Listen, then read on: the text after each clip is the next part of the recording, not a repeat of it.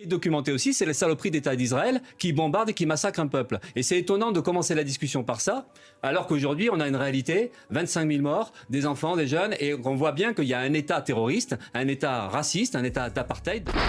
Philippe Poutou recadre 2 journalistes du service public sur la résistance palestinienne. Invité sur le plateau de France Info, Philippe Poutou est interrogé sur le soutien de son parti politique à la résistance palestinienne suite à l'offensive militaire du Hamas le 7 octobre dernier. En effet, le NPA est visé par une enquête pour apologie du terrorisme suite à un communiqué du parti diffusé après l'offensive du Hamas contre l'occupation israélienne, dans lequel il rappelle son soutien aux Palestiniens et Palestiniennes et aux moyens de lutte qu'il et elle ont choisi pour résister. Un soutien à la résistance palestinienne que renouvelle Philippe Poutou qui dénonce les massacres de l'occupation israélienne et qui ne semble pas plaire aux journalistes de France Info, qui comme vous allez le voir vont multiplier les stratagèmes pour discréditer la position du chef du NPA.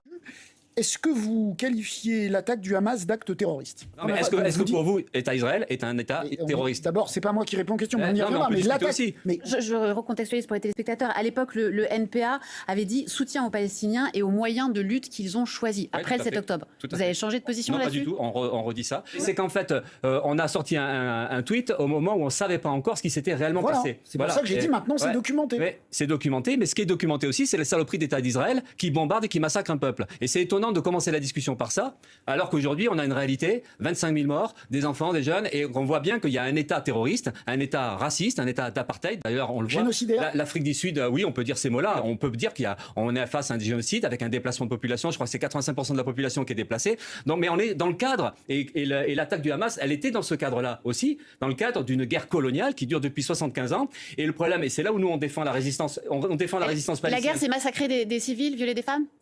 La guerre, c'est Israël qui l'amène depuis 75 ans, qui exploite, qui opprime, qui colonise un peuple. Ça, c'est le point de départ de la situation. Là-dedans, il y a une résistance palestinienne. Il y a eu l'intifada 1, l'intifada 2, il y a eu des guerres et tout ça. Et là, on se retrouvait dans une situation où la résistance palestinienne n'a quasiment plus aucune issue. Okay. Et ce qui s'est passé, c'est le Hamas qui a pensé secouer un peu tout ça et il a fait cette action-là. Nous, ce qu'on ne partage pas, c'est de s'en prendre à des civils. Maintenant, nous, ce qu'on partage par contre, et on comprend tout à fait, c'est que dans le cadre d'une guerre coloniale, dans le cadre où un peuple se bat pour son émancipation et pour son droit et pour sa liberté, dans ce cadre-là, nous, on soutient complètement le camp palestinien et on comprend bien qu'il y a des gens qui sont aujourd'hui pour la lutte armée parce qu'il n'y a que ça aujourd'hui pour se défendre. Mais on passe du temps sur ça et on passe pas du temps sur la saloperie d'État d'Israël qui est en train de bombarder, de massacrer et la responsabilité des pays impérialistes ou des pays comme la France qui, par leur soutien conditionnels deviennent complices de ces massacres-là, parce qu'aujourd'hui, si Israël se sent capable de faire tout ça, c'est parce qu'elle a été soutenue par les plus grandes puissances, et aujourd'hui, ça bombarde, et la difficulté qu'on a,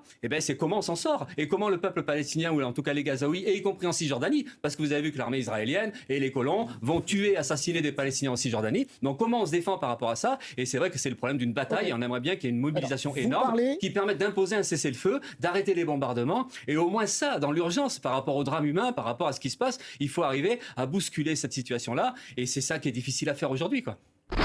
Et vous, pensez-vous, comme Philippe Poutou, que le peuple palestinien a le droit de se défendre militairement face à l'occupation israélienne? Donnez-nous votre avis en commentaire. En attendant, rejoignez-nous, soutenez l'information Break News.